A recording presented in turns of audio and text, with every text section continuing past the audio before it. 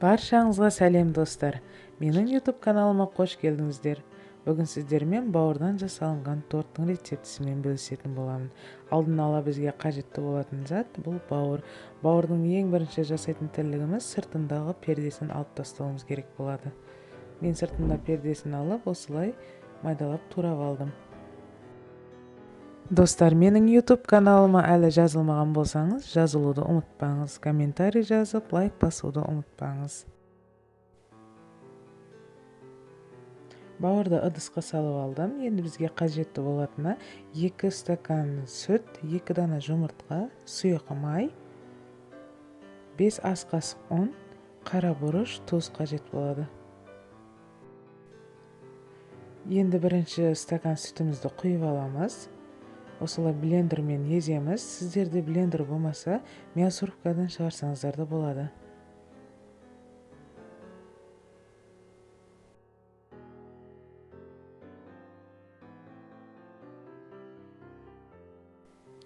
Мінекей, көріп тұрғандарыңыздай 1 келгі болып езілді. Енді сұйық майды құямыз, 2 жұмыртқаны саламыз. Тұз, қара бұрышымызды салып, тағы да араластырамыз.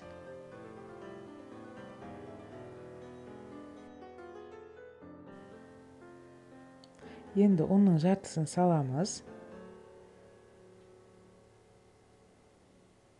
Осылай араластырып көреміз. Бізде қоюланып келе жатқан сияқты. Қалған жартысын да саламыз. Қатты қою болса, қазір жасаған кезде қалың болып шығады. Сол үшін екінші стакан сүтімізді де құямыз. Мінекей, дайын болды. Қоюлығын көріп алыңыздар. Сіздерде де осылай болу керек. Қоюлығы қазір мен 1 килограмм бауырдан жасадым. Сіз одан да аз, или одан көп болуы мүмкін сіздің жасайтын котлеттеріңіз. Сол үшін сүт пен ұнды мөлшерлеп саласыз.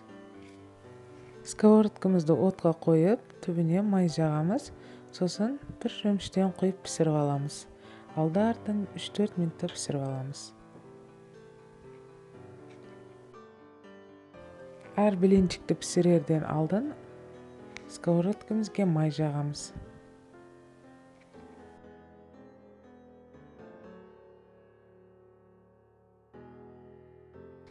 Мінекей, осындай блинчиктері болады.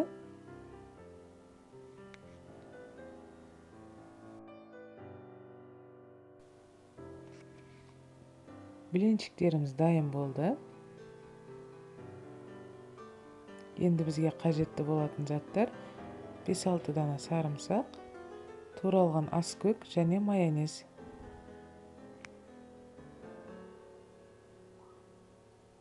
Майонезді осылай ыдысқа салып аламыз.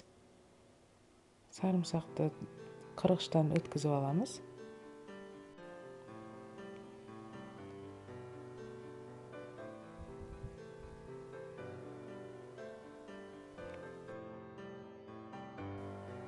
Аскөгімізді салып, араластырамыз.